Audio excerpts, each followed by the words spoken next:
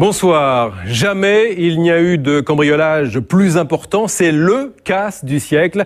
Qui a osé s'attaquer à la salle des coffres du Diamond Center? C'était en 2003 à Anvers, dans un quartier pourtant réputé inviolable de la capitale mondiale du diamant. L'histoire de ce soir tient à la fois des gentlemen cambrioleurs et de missions impossibles.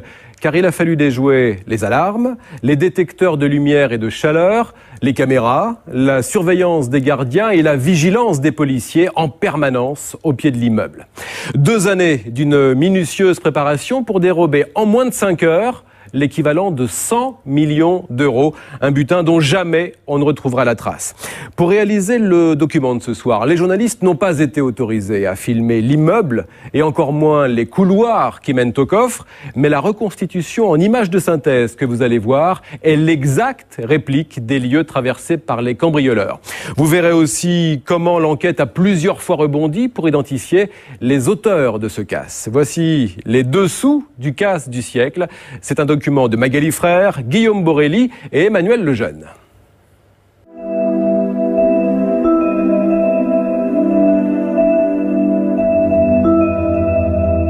Anvers, capitale mondiale du diamant.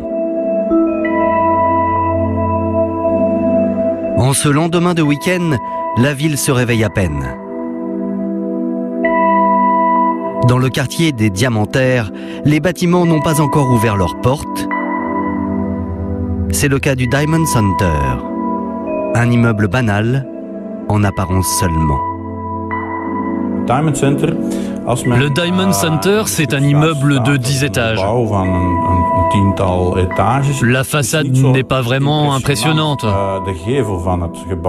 Mais en fait, c'est le plus grand complexe de tout le quartier des Diamantaires.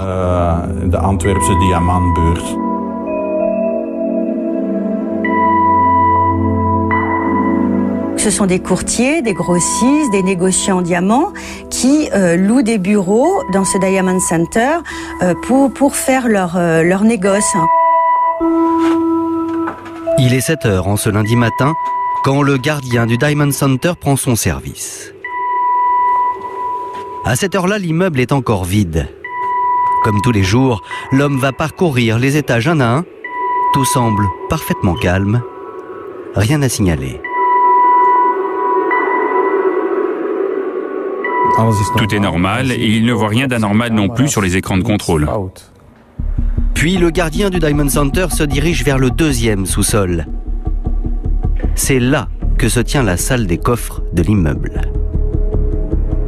Beaucoup de monde avait un coffre-fort dans cette salle de coffre-fort avec les stocks dedans, avec la fortune de ce diamantaire dedans. Cette salle pour nous était une salle sécurisée, tout à fait, avec une porte, avec alarme, une salle de coffre-fort comme dans une banque, comme il se doit. Il y avait vraiment une impression de sécurité à 100%. Jamais les locataires n'auraient pu imaginer ce que le gardien du Diamond Center allait pourtant découvrir en ce lundi matin.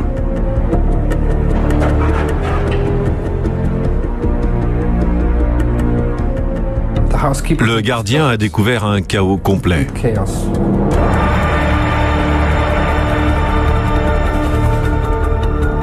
Une espèce de capharnaüm, d'écrins, de boîtes, de papiers, de documents, ils ont tout jeté par terre. Le concierge m'a dit c'était comme si un cyclone était passé ici, avait tout jeté par terre. Immédiatement, le gardien appelle la police. Et ce sont les inspecteurs de Brucker et Pace qui vont être chargés de l'enquête.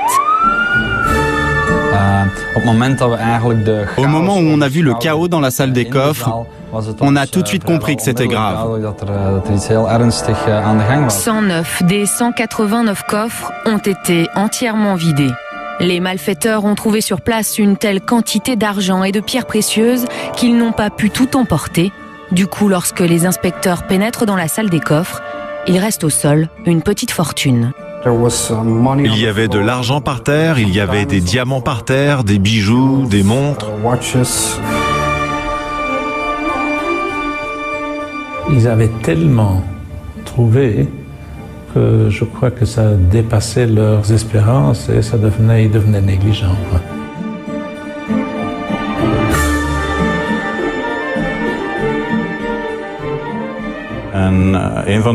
Un enquêteur m'a dit qu'avec tous les objets de valeur qui étaient restés là par terre, 3 personnes auraient pu ne plus rien faire pendant le reste de leur vie.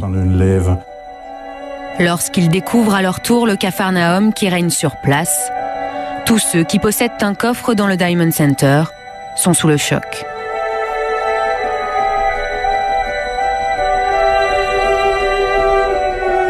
Nous-mêmes, nous avions 3 coffres en bas. Dans les 2 premiers, il y avait tout le stock du bureau, mais il ne nous est rien resté. Mais si je vous dis rien, c'est rien. C'était une situation dramatique pour plusieurs personnes. Ma première réaction, lorsque je suis descendu, je me suis mis à rire. Ce n'est pas un coffre qui a été ouvert ici. C'est une telle multitude de coffres qui a été ouvert durant un week-end. C'est ce qui a provoqué mon rire. C'était un rire nerveux, bien évidemment, puisque nous étions victimes nous-mêmes donc du casse.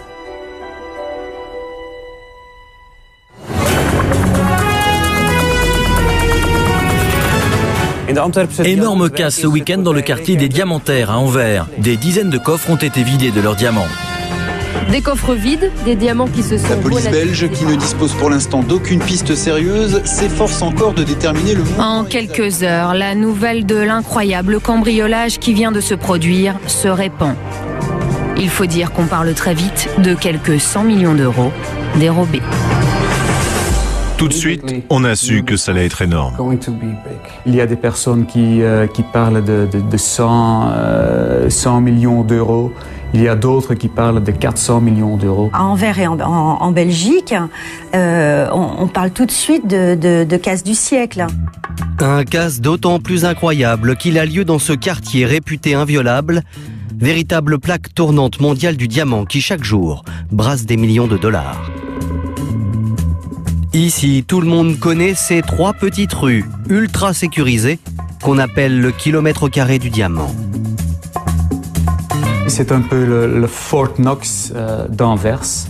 On a fait des investissements pendant des années, des investissements pour augmenter la sécurité. Il y a plus de 80 caméras dans ces 3 rues.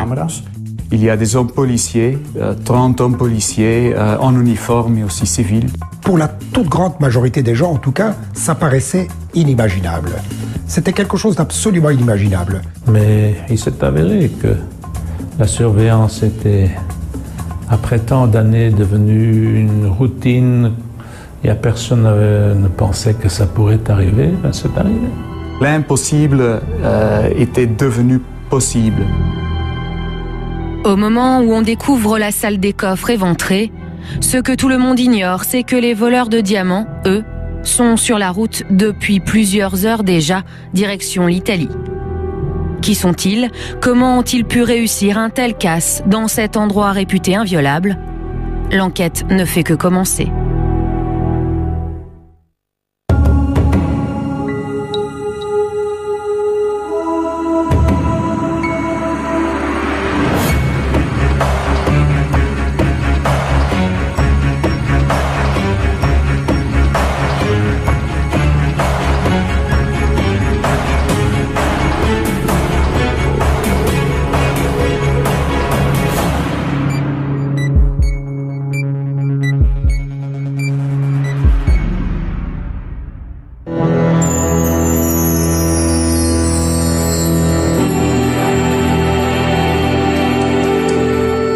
Cela fait 2 heures que le casse a été découvert. Et l'enquête s'annonce très difficile. Car il n'y a pas eu d'effraction, pas d'alarme déclenchée, pas de témoins, pas même d'images de vidéosurveillance. Personne ne s'est aperçu de rien. Il faut dire que le quartier est quasiment vide tout le week-end. Dans le bâtiment, il n'y avait pas d'effraction. Le système de sécurité de la salle des coffres n'était pas endommagé non plus. Au contraire, il fonctionnait encore. Tout ce que les enquêteurs ont à leur disposition, c'est cette salle des coffres dévastée. Alors c'est là-dessus qu'ils vont tout miser.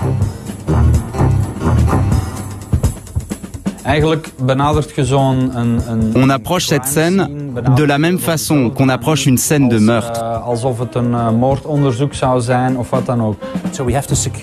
Donc on doit sécuriser la zone immédiatement pour relever les indices, comme des empreintes digitales ou de l'ADN. Quand on trouve des pieds de biche, du fil métallique, on sait que cela n'a rien à faire dans une salle des coffres. Alors on en déduit que ça appartient aux cambrioleurs. Et on peut espérer qu'en les analysant, on trouvera des indices. L'enquête de police a à peine débuté que les enquêteurs vont bénéficier d'un coup de chance inespéré qui va permettre à l'enquête de faire un bond considérable. On a eu une sacrée chance. Ce qui est certain, c'est que sans cette découverte, la police n'aurait eu aucun indice. Et cette histoire serait probablement restée un énorme mystère.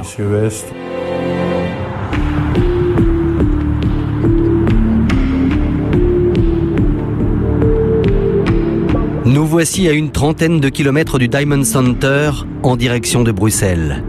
Comme tous les matins, Auguste Van Camp fait le tour de ces terres situées juste au bord de l'autoroute. Bien loin du monde feutré du diamant, la passion de Monsieur Van Camp, c'est la chasse. Et s'il y a bien quelque chose qu'il déteste, c'est trouver des détritus dans son bois. Ça arrive de temps en temps qu'on balance un sac d'ordures depuis l'autoroute. Du coup, je fais régulièrement une ronde de contrôle. Et ce lundi matin, ce ne sont pas des ordures comme les autres que Monsieur Van Camp va découvrir sur son domaine de chasse. Là, j'ai vu de loin des sacs poubelles là, derrière les buissons.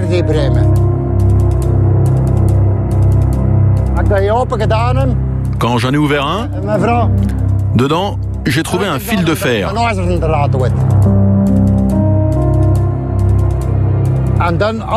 Et puis, des billets de banque déchirés. Nom de Dieu, je me suis dit, qu'est-ce que c'est que ça? Il a tout de suite constaté que ce qui était dans le sac n'était pas normal. Il a appelé la police et ce qu'il ne savait pas, c'est qu'il allait résoudre le plus gros casse de l'histoire. Au même moment, au Diamond Center, la police est toujours en plein travail afin de relever d'éventuelles empreintes et traces d'ADN. On était en train de travailler dans la salle des coffres depuis seulement quelques heures quand on a déjà eu un premier message qui disait que des indices avaient été trouvés dans un bois. Et puis on a fouillé dans ces poubelles, on les a analysées. Et après coup, on a vraiment réalisé que c'était une caverne d'Ali Baba. On y a retrouvé du scotch qu'on a également trouvé dans la salle des coffres, des petites émeraudes, des enveloppes déchirées avec de l'argent et des enveloppes à diamants qui portaient le nom du Diamond Center. Monsieur Van Camp a en effet mis la main sur une mine d'or pour les enquêteurs. Dans ces sacs poubelles, tout ou presque sera utile à l'enquête, des restes de nourriture au matériel directement relié aux casses. Mais il y a surtout 4 indices qui mèneront directement aux malfaiteurs. Tout d'abord, un document déchiré qui, une fois reconstitué, révèle un nom, celui d'une société, Damoros Preziosi. Juste en dessous, il y a une adresse, 911 Skupstraat, soit l'adresse justement du Diamond Center. Dans un premier temps, les enquêteurs se disent qu'il doit s'agir d'un document volé lors du casse. C'est d'abord ce qu'on a cru jusqu'à ce qu'on découvre que la compagnie en question avait bien un coffre dans la chambre forte, mais que le coffre en question n'avait pas été ouvert par les cambrioleurs.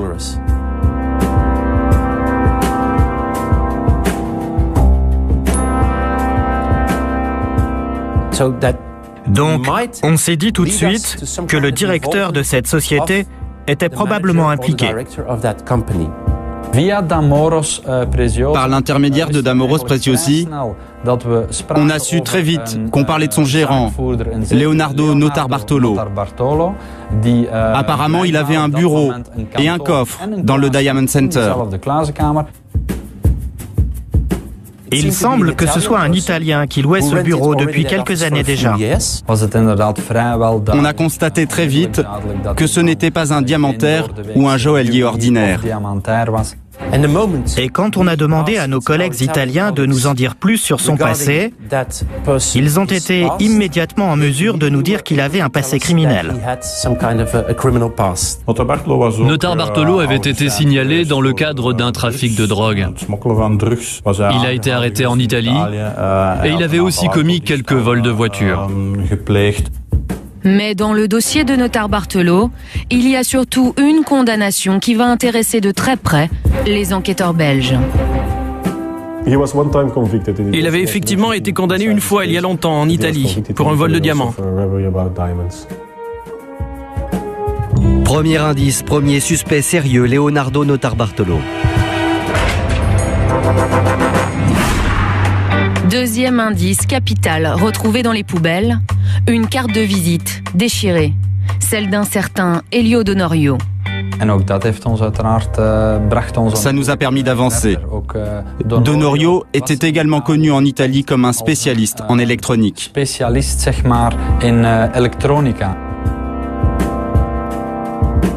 Monsieur Donorio était en fait spécialisé dans les systèmes de sécurité. Deuxième indice, deuxième suspect, Elio Donorio.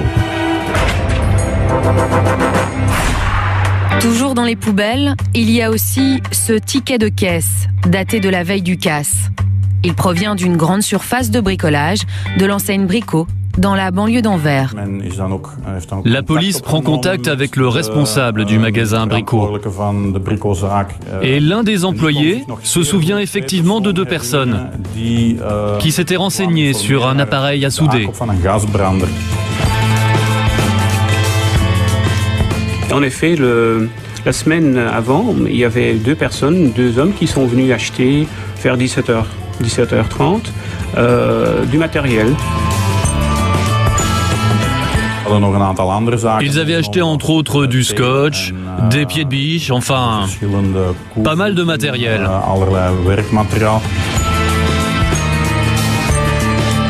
Ils ont posé des questions aussi, comment ça marche, comment ça fonctionne. C'était bizarre, oui. C'était probablement du matériel dont ils avaient encore besoin pour le casse. Malheureusement, dans ce Brico, il n'y avait pas de vidéosurveillance, donc pas d'image. Mais heureusement, un des employés du Brico a été capable de dresser un portrait robot. Et quand on a comparé ce portrait robot avec la photo d'Elio Donorio, on s'est rendu compte qu'il y avait une vraie ressemblance. L'étau semble donc se resserrer autour d'un petit groupe d'Italiens connus des services de police. Un dernier indice retrouvé dans les poubelles va mener à un troisième homme. Il s'agit de cet autre ticket de caisse. Celui d'un supermarché de l'enseigne Deleuze, dans lequel les malfaiteurs ont fait des provisions, quelques jours avant le casse. Et quand on a vérifié la date et l'heure où ces choses ont été achetées dans ce supermarché, on a pu retrouver les cassettes enregistrées par les caméras de surveillance. Et là, sur ces cassettes, on a vu apparaître un visage.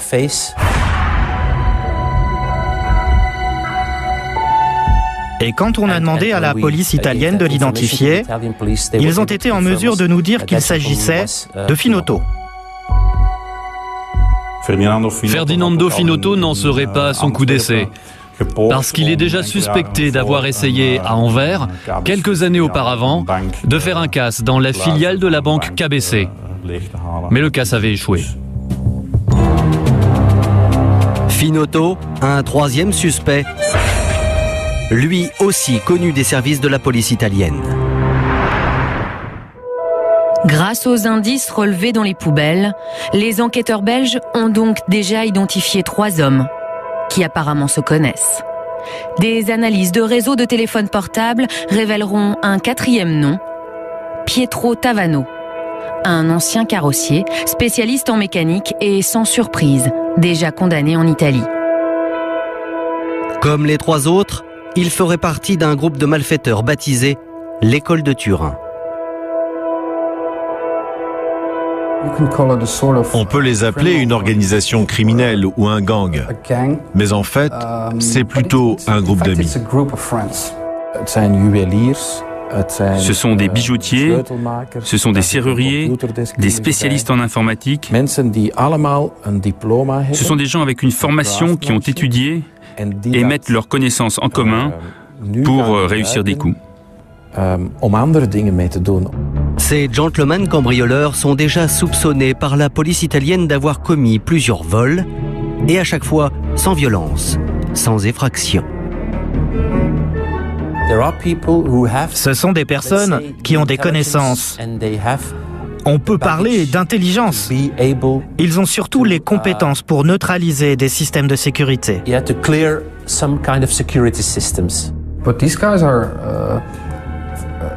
Mais ces gens sont spécialisés dans les casses difficiles et spectaculaires.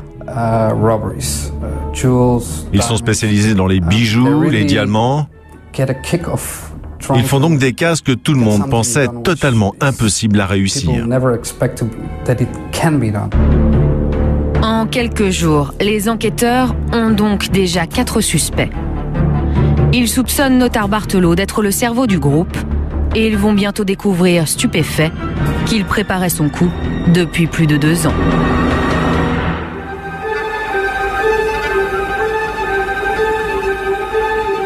Tout commence à la fin de l'année 2000. Notarbartolo, modeste bijoutier italien, membre de l'école de Turin, au casier judiciaire chargé, décide d'aller s'installer à Anvers. Sa cible, le Diamond Center, l'immeuble qui possède sans doute la salle des coffres la plus fournie du quartier des Diamantaires. Sa tactique, l'infiltration. Son but, c'était d'entrer dans le bâtiment, avec la technique du cheval de Troie. Voici comment Notarbartolo va parvenir à s'infiltrer dans le Diamond Center en toute légalité. D'abord, il va réussir à louer un bureau dans l'immeuble. Pour cela, il prend rendez-vous avec la gérante des lieux.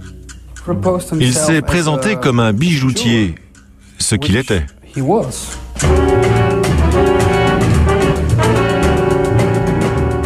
Il avait une bijouterie à Turin. Il se présente comme un commerçant respectable et il a même présenté un joli dépliant. Il s'est vraiment fait passer pour une personne en qui on pouvait avoir confiance. Et si la gérante ne se doute de rien, c'est que Monsieur Notarbartolo a l'air d'un homme sympathique et particulièrement avenant. Il ressemble à un Italien normal, bien habillé, élégant, bel homme, plutôt quelqu'un sur qui on se retourne.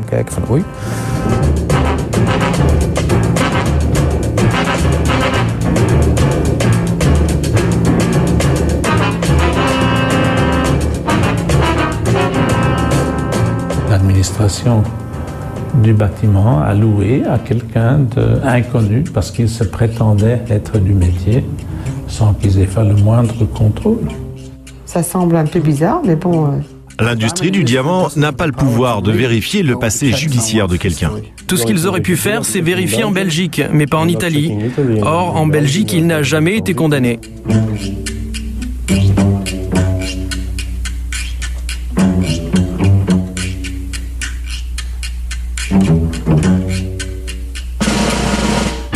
Pire encore, on va aussi accorder à Notarbartolo un coffre au 2e sous-sol, ainsi qu'une place de parking, soit un accès libre au bâtiment tout entier. Il a loué un bureau dans ce bâtiment, en plein centre du quartier des Diamantaires, tout simplement pour faire du business de diamants et de bijoux entre l'Italie et Anvers. Ça, c'est pour la version officielle. Mais le problème, c'est que les enquêteurs se rendent compte que sa société, Damoros Preciotti, n'est même pas inscrite au registre du commerce. Pendant 2 ans, Notarbartolo, d'ailleurs, ne va faire aucune transaction, aucun négoce. Mais ça, personne ne le vérifie. Il a le droit de louer un bureau. Il n'y a pas de contrôle derrière pour savoir si réellement il fait du business ou non. En tout cas, il n'en fait pas. Mais il est dans les lieux. Pendant plus de 2 ans, Leonardo Notarbartolo vient très régulièrement, chaque mois, mais en toute discrétion. Je n'ai jamais vu ni croisé. Je ne sais pas de quoi il a l'air. Je ne voyais pas du tout qui c'était. Entre collègues, on s'est demandé, est-ce que tu connaissais, est-ce que tu l'as vu? Non, personne ne l'a vu, personne ne le connaissait, il travaillait avec personne, mais la fait c'est qu'il existait ici et qu'il avait un bureau. Si personne ne le voit, en revanche, lui voit tout. S'il est là, c'est pour repérer. Rien ne lui échappe. Je pense que s'il venait ici, c'était surtout pour faire de la surveillance et durant de très nombreux mois, il a pu voir les habitudes des uns et des autres ici. Il avait le temps de regarder tout ce qui se passait dans le quartier, où étaient les caméras dans l'immeuble. Sa seule raison d'être dans cet immeuble, c'est de trouver comment forcer le système de sécurité. Notarbartolo est un professionnel. Il va même jusqu'à découper sa sacoche pour y cacher une petite caméra.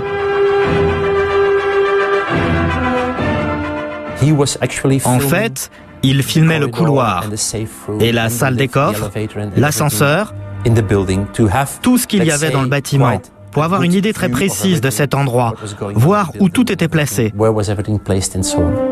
Pendant ces 2 années de repérage, et sans que personne ne s'en rende compte, Leonardo Notarbartolo va dresser un inventaire précis de tous les systèmes de sécurité du quartier et du bâtiment qu'il devra bientôt déjouer.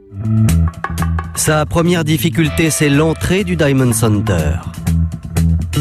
Il remarque qu'elle est située juste à côté du poste de police qui garde l'entrée du quartier. À l'entrée de la Scoopstraat, il y a un poste de police. Et là se tiennent en permanence 2 agents, 24 heures sur 24. Et c'est à peine à 30 mètres de l'entrée principale du Diamond Center. Ce poste de police active ces plots qui permettent de réglementer l'accès des voitures au quartier. On ne peut pas rentrer avec sa voiture sans badge ou sans que la police ne sache qui on est. Tous les courtiers, les grossistes qui viennent dans ce quartier sont en fait archi-surveillés de l'extérieur, dans les rues. À l'intérieur des immeubles aussi, la sécurité est maximum. Pour rentrer au Diamond Center, il faut un badge électronique en bonne et due forme. Et un système de vidéosurveillance enregistre chaque allée et venue.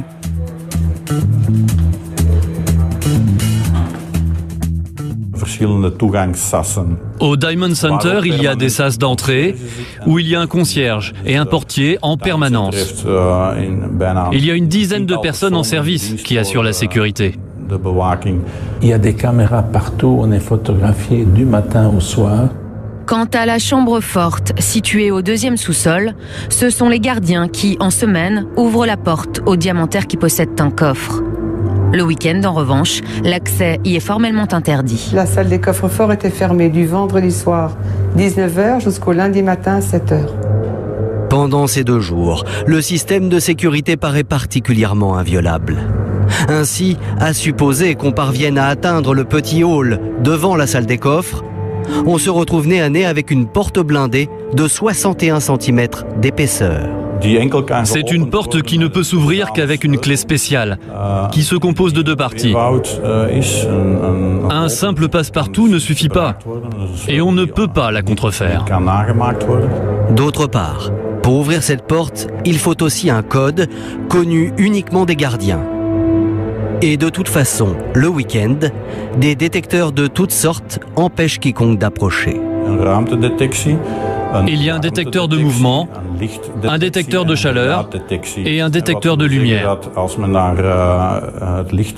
Cela veut dire que si on allume la lumière, il y a une alarme qui se déclenche. Et de la même manière si on se déplace, et ainsi de suite.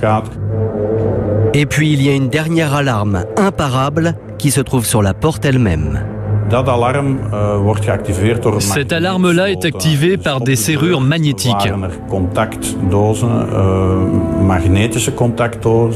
Dès que la porte s'ouvre, le contact est interrompu et l'alarme se déclenche.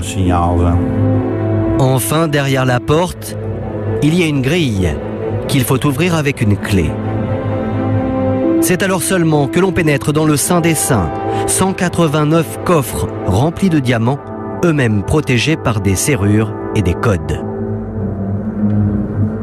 Autant dire que le butin paraît inaccessible D'autant que le week-end, toutes les issues du Diamond Center sont bloquées. Mais il en faut plus pour décourager Leonardo Notarbartolo. Pendant ces 2 ans, il a observé et appris tant de choses dans ce quartier et dans cet immeuble qu'il a surtout appris qu'il ne pourrait pas tout faire tout seul, qu'il y avait des spécialités qu'il ne maîtrisait pas. C'est pour ça qu'il a composé un groupe où chacun dans son domaine pouvait apporter ses compétences pour réussir le casse. Notarbartolo fait donc appel à de vieilles connaissances pour constituer une équipe à la hauteur de l'objectif. Donorio Finotto Tavano et quelques autres spécialistes encore le rejoignent à Anvers la semaine qui précède le jour J. Et voici maintenant comment ces hommes vont déjouer tous les systèmes de sécurité du Diamond Center et réaliser ainsi le casse du siècle.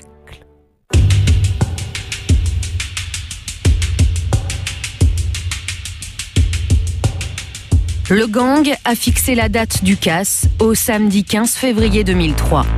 Et c'est un choix qui n'a pas été fait par hasard. Comme chaque année ce jour-là, la ville d'Anvers a les yeux tournés vers le rendez-vous sportif de l'année. L'événement sportif du jour, ce sera la demi-finale au tournoi de tennis d'Anvers, un match qui opposera Justine Henin à Kim Clijsters. Ce n'était pas un week-end comme les autres. C'était les Diamond Games, un fameux tournoi de tennis féminin à Anvers.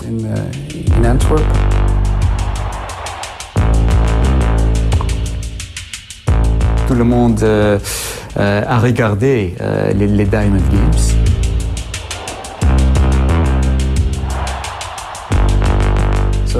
Donc, il n'y avait personne dans le quartier.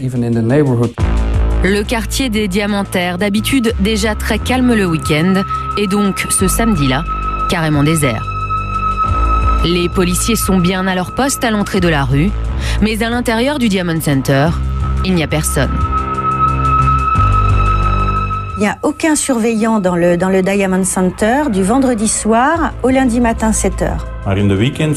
Pendant le week-end, on faisait confiance aux détecteurs et aux alarmes. Il n'y avait personne pour regarder les moniteurs de contrôle dans le poste de commande. Donc les images étaient bien enregistrées, mais personne ne pouvait réagir s'il y avait quelque chose de suspect sur ces images. C'est dans la soirée de samedi que Notarbartolo et ses complices ont choisi de pénétrer dans le bâtiment. Et pour ne pas risquer d'être vus par les policiers en faction, ils ont repéré une entrée beaucoup moins exposée que l'entrée principale. La voici. C'est celle du parking. Le système de sécurité peut être très bon, mais s'il y a un maillon faible, il est évident que les malfaiteurs vont se concentrer sur ce maillon faible. Et là, en l'occurrence, c'était le parking. Le week-end, le parking est pourtant protégé par un volet électrique en fer, mais les cambrioleurs ont bien préparé leur coup. Quelques jours plus tôt, un des complices est rentré dans le Diamond Center grâce au badge de Notarbartolo. Et une fois dans le parking, il a trafiqué le système d'ouverture du volet. Il s'est laissé enfermer une nuit pour étudier et examiner les fréquences de l'ouverture de la porte. Et fabriquer lui-même une sorte de télécommande qui pouvait ouvrir le garage à distance de l'extérieur. Il est environ 22 heures. Dehors, Tavano fait des rondes dans le quartier. À quelques rues de là, Finotto écoute les fréquences de la police. Grâce à la télécommande trafiquée, Notarbartolo et 3 autres complices pénètrent dans le bâtiment. Ils se rapprochent maintenant de la salle des coffres.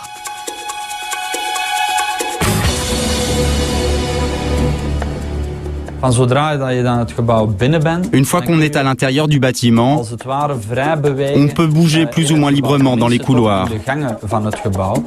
Et ce, même jusqu'à la porte de la salle des coffres.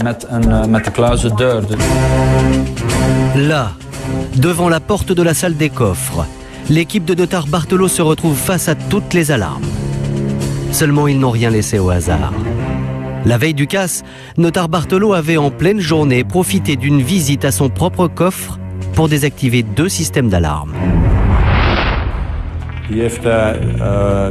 Il a neutralisé le détecteur de chaleur en mettant de la vaseline. C'est un baume refroidissant qui fait que la température reste inchangée et que le détecteur ne se déclenche pas.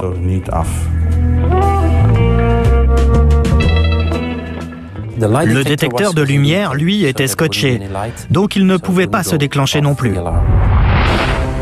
Quant au détecteur de mouvement, c'est maintenant qu'ils vont le neutraliser, à l'aide d'une simple boîte en polystyrène coincée par un manche télescopique. Ce sont des choses très simples en effet. Encore faut-il le savoir. Moi, je n'aurais jamais su qu'il fallait mettre une boîte en polystyrène, par exemple. Mais eux le savaient. Tous les détecteurs sont désormais neutralisés. Il faut maintenant s'attaquer à la porte. Première étape, l'alarme magnétique. Les malfaiteurs vont aimanter ensemble les 2 plaques, puis les dévisser. Ainsi, les plaques restent solidaires, même si on ouvre la porte. L'alarme ne se déclenchera pas. Puis, pour ouvrir cette porte blindée, rappelez-vous, il faut encore une clé et un code. Pour la clé, Notar Bartolo et ses complices n'auront pas à aller chercher bien loin. La clé était cachée dans un petit local à côté. Et ça, Notar Bartolo l'avait découvert pendant ses préparatifs. Ils n'auront aucun mal à forcer la petite boîte en métal qui cache la clé. Mais cela ne suffit pas. Ils ont besoin également du code. Et pour cela, Notar Bartolo a joué une carte incroyable quelques jours auparavant.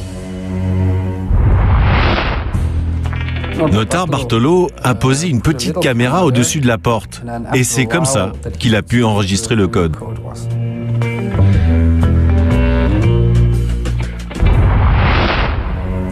La porte ouverte, les cambrioleurs forcent la grille à l'aide d'un pied de biche. Ils l'ont acheté, rappelez-vous, quelques jours plus tôt au magasin Brico. Ils peuvent maintenant s'attaquer aux 189 coffres. Des coffres dont Notar Bartolo a pu observer le mécanisme à sa guise pendant des mois. Il a pris des photos de son propre coffre et puis il les a envoyées à ses amis en Italie. Comme ça, ils ont pu étudier comment il fonctionnait. Et puis ils ont fabriqué un outil spécial pour forcer les serrures de ces coffres. Un outil dont les enquêteurs retrouveront certains morceaux dans la salle des coffres et d'autres dans les poubelles. Ils pourront le reconstituer et voici à quoi il ressemble. Selon des experts, ça prenait à peine 1 minute par coffre. Il suffisait de mettre dans la serrure l'outil spécial fabriqué sur mesure, de tourner comme une sorte de tire-bouchon et de forcer la porte. Un à un, les malfaiteurs vont vider les coffres et trier ce qu'ils vont emporter. Ce qui a le plus de valeur, bien sûr, mais aussi ce qui est le plus facilement revendable. Des gars qui font un casse pareil, quand ils se rendent compte qu'il y a des parures, ils pensent automatiquement que ces parures, il y a des photos de ces parures, ou bien ces parures sont connues, etc. Donc on a vu traîner des parures, et non seulement les parures traînaient, mais elles étaient piétinées.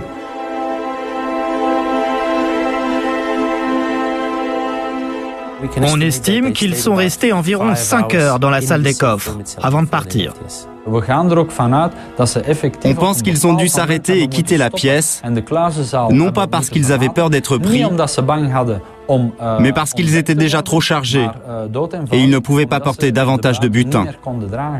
Pour eux, c'était la caverne d'Ali Baba. Et ils ont trouvé là beaucoup plus qu'ils n'avaient imaginé, même dans leurs rêves les plus fous. Avant de quitter les lieux, les voleurs pensent à tout et n'oublient pas un dernier détail d'importance.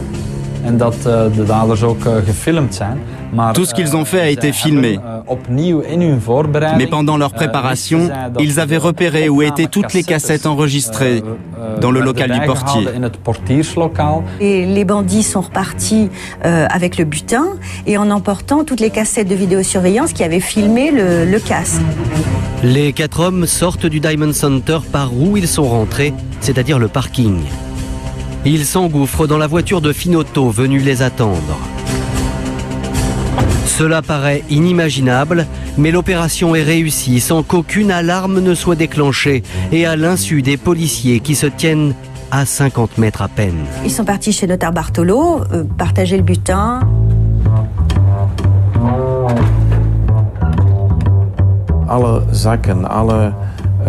Ils ont ouvert toutes les petites enveloppes. Ils ont réuni tous les diamants sur une table. Ils ont fait des tas et ils ont partagé. Ils ont mis dans des sacs poubelles tout ce qui était compromettant chez Notar Bartolo. Et ils sont partis.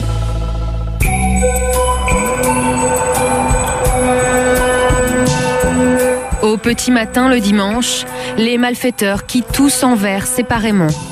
Direction le sud, l'Italie. Ils viennent de réussir le plus gros casse de tous les temps, le casse parfait. Et pourtant, c'est maintenant qu'ils vont commettre des erreurs. Tout d'abord, c'est sur ce chemin que l'un d'entre eux va se débarrasser des fameux sacs poubelles.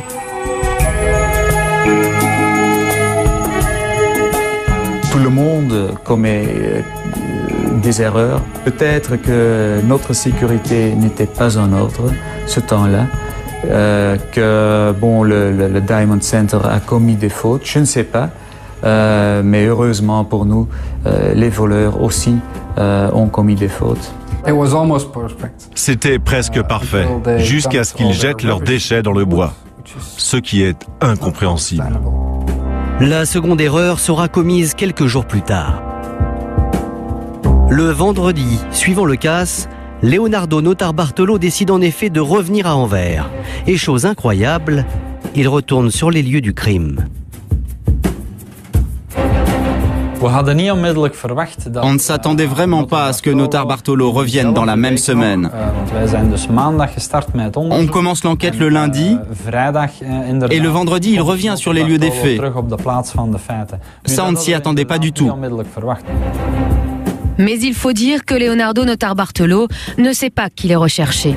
La police est restée très discrète sur son enquête. Et puis, s'il revient sur les lieux, c'est qu'il ne veut surtout pas que son absence attire les soupçons. De toute façon, il devait revenir au Diamond Center. Parce que grâce aux informations données par les badges d'entrée, on allait bien finir par se poser des questions sur les locataires qui n'étaient pas encore revenus depuis le casse. Ce vendredi en fin d'après-midi au Diamond Center, Leonardo Notar Bartolo fait même du zèle. Il va s'inquiéter du vol auprès de la gérante de l'immeuble. 5 jours après le casse, Notar Bartolo s'est repointé au Diamond Center en demandant, il a eu le culot de demander si son propre coffre avait été fracturé. La gérante reconnaît le suspect numéro 1, mais n'en laisse rien paraître. Elle prévient la police. Les enquêteurs, évidemment, vont aussi le reconnaître, mais ils ne l'arrêtent pas immédiatement. Car ils vont lui tendre un piège. 5 jours après le casse, Notar Bartolo s'est repointé au Diamond Center en demandant, il a eu le culot de demander si son propre coffre avait été fracturé. La gérante reconnaît le suspect numéro 1, mais n'en laisse rien paraître. Elle prévient la police. Les enquêteurs, évidemment, vont aussi le reconnaître, mais ils ne l'arrêtent pas immédiatement. Car ils vont lui tendre un piège. Pour nous, c'était vraiment important de savoir ce qu'il venait faire à Anvers. On savait juste qu'il avait un bureau au Diamond Center. On imaginait qu'il louait un appartement, mais on ne savait pas où, et on cherchait à le savoir. Alors, dans un premier temps, on ne l'a pas traité comme un suspect, mais comme une victime du casse. Et on lui a demandé où il habitait. Une fois seulement que Notar Bartolo a livré l'adresse où il habite, les policiers l'arrêtent. Avec lui, ils se rendent à l'appartement. et les enquêteurs ne sont pas au bout de leur surprise.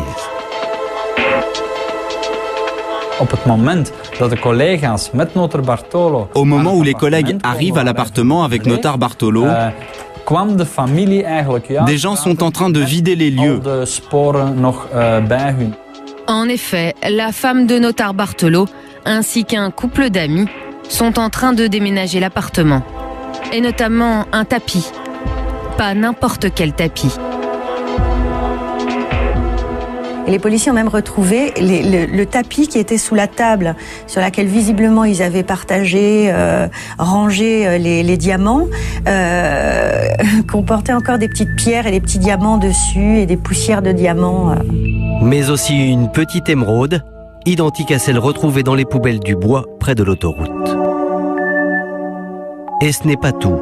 Dans l'appartement, les policiers vont découvrir bien d'autres indices encore. Dans l'appartement, on trouve aussi des bouteilles d'eau, du pain, un certain nombre de produits qui étaient aussi dans les sacs poubelles qu'on avait retrouvés dans le bois. Il y avait entre autres un sandwich au salami à moitié mangé dans l'appartement.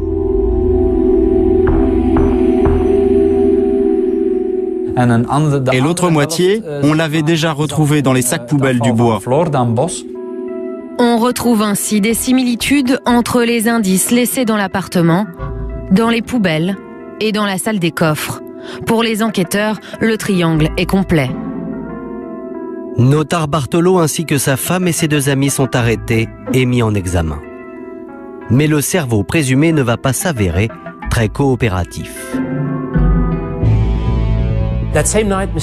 Cette même nuit, notaire Bartolo a été interrogé. Il était très calme, très gentil, mais à partir de ce moment-là, en tant que suspect, il a décidé de garder le silence.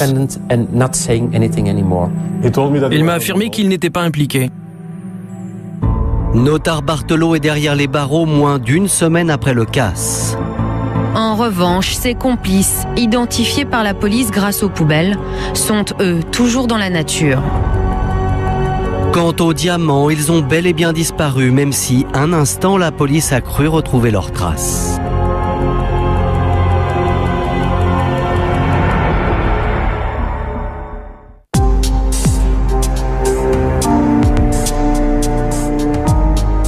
Après l'arrestation de notaire Bartolo, les enquêteurs belges envoient leurs collègues italiens perquisitionner le domicile turinois du suspect numéro 1.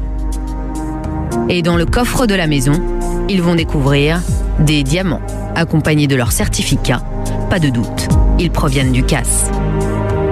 Quelques diamants ont été retrouvés chez lui, en fait dans sa maison à Trana, à côté de Turin. 17 diamants. Mais 17 diamants, c'est rien par rapport à l'ensemble de l'intégralité du butin. Bien sûr, si vous comparez ça au montant total du butin, c'est une partie infime. C'est presque rien du tout par rapport à ce qui a été volé, qui était absolument gigantesque. Même si la découverte est anecdotique, cela constitue une preuve de plus contre notaire Bartolo. Pourtant, aussi étonnant que cela puisse paraître, les carabinieri prennent les diamants en photo mais ne les confisquent pas. Le temps que la police belge se déplace à son tour, évidemment, les diamants ont disparu. Ils ont tout simplement disparu. Est-ce que c'est une blague belge ou une blague italienne? J'en sais rien. En tout cas, la police italienne n'a pas été très coopérative. C'est ce que tout le monde dit ici à Anvers. Ils n'ont pas vraiment coopéré. Les diamants ont disparu, les complices aussi. Notaire Bartolo est bien la seule piste que les enquêteurs belges ont réussi à remonter jusqu'au bout. Alors certains se posent une question. N'aurait-il pas tout simplement cherché à se faire arrêter, histoire de ralentir l'enquête? Pour moi, notaire Bartolo a tiré la courte paille. Il a été désigné pour partir au front, tout préparer, se faire remarquer, laisser des traces et aller en prison. La prochaine fois, ce sera un autre. C'est comme ça que ça marche dans ce genre de groupe. Je pense que ce monsieur-là n'était qu'un lampiste dans le système, en tout cas. Cerveau ou lampiste, en attendant le seul du gang à comparaître devant la justice, c'est Leonardo Notarbartolo.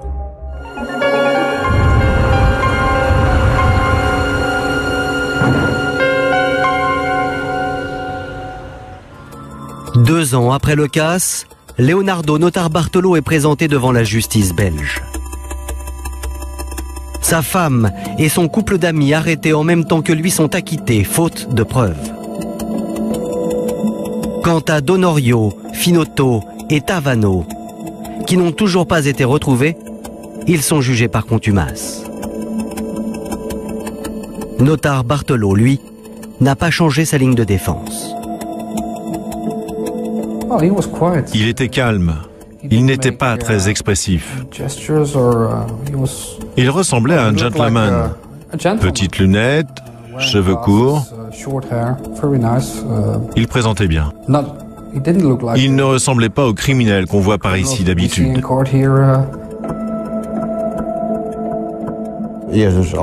Tout s'est déroulé très calmement. C'était un homme très tranquille pendant tout le procès. Pendant le procès, Notarbartolo n'a rien dit. Il a dit que ce n'était pas lui, mais n'a rien dit d'autre. Mais même sans aveu, les preuves contre Notarbartolo et ses trois complices en cavale sont suffisamment nombreuses. Quand on est allé au tribunal, il y avait tellement d'éléments à charge contre Notarbartolo, Finotto, Tavano et Donorio qu'il n'y avait absolument aucun doute sur le fait qu'ils étaient les auteurs du casse. Le tribunal a confirmé et les a condamnés. Notarbartolo et ses trois complices sont en effet jugés coupables. Pour Notarbartolo, c'est la peine maximale, 10 ans et une amende de 2 millions d'euros. 10 ans, c'était la peine maximale. Normalement, c'est 5 ans maximum pour un vol, mais en tant que chef d'une organisation criminelle, c'est 10 ans. Même si beaucoup pensent que 10 ans, c'est pas assez. Les autres, sauf ceux qui ont été acquittés, ont pris 5 ans et une amende de 5 000 euros.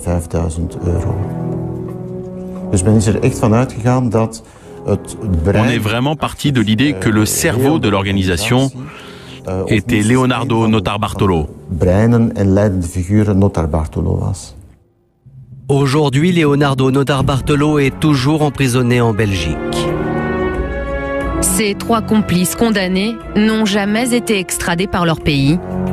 Ils sont aujourd'hui toujours en liberté et il ne fait pas mystère que les autorités italiennes ne mettent rien en œuvre pour les arrêter.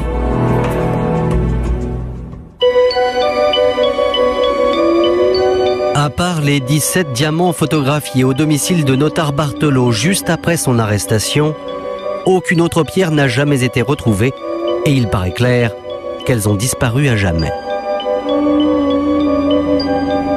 Où est la marchandise? Personne n'en sait quoi que ce soit.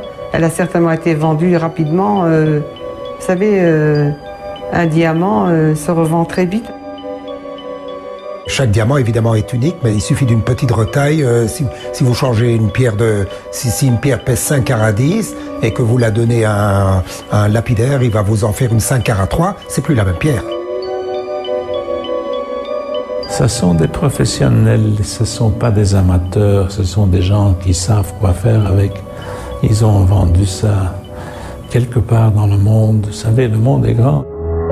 Aujourd'hui, près de 4 ans après le casse du siècle, les assurances ont dédommagé en partie les locataires du Diamond Center. Des diamantaires qui, pour la plupart, ont changé leurs habitudes. Nous ne coffrons plus en bas. Tout est ici au bureau, sous caméra, sous coffre, avec alarme. On n'avait plus confiance après ça. Plus personne ne descend. Mais vraiment, plus personne ne descend. Et il y a des coffres-forts qui sont tout à fait utilisables en bas, mais je ne comprends pas pourquoi les gens ne descendent plus là en bas, en fait. Depuis cette affaire, la sécurité du quartier des Diamantaires a été largement renforcée. Ce qui n'a pas empêché pourtant, il y a quelques mois, un homme de dévaliser seul, sans effraction, les coffres de cette banque. Elle est située à quelques mètres à peine du Diamond Center.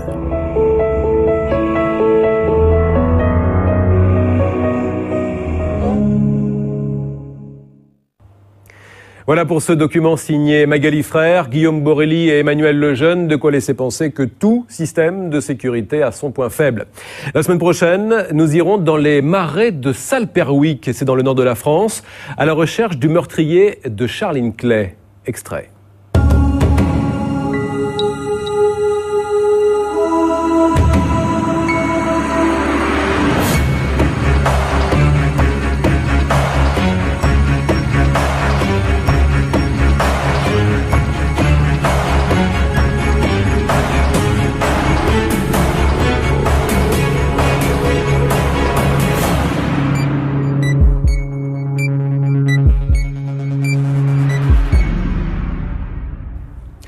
À suivre, Estelle Denis, 100% foot. Bonne soirée sur M6 et à dimanche.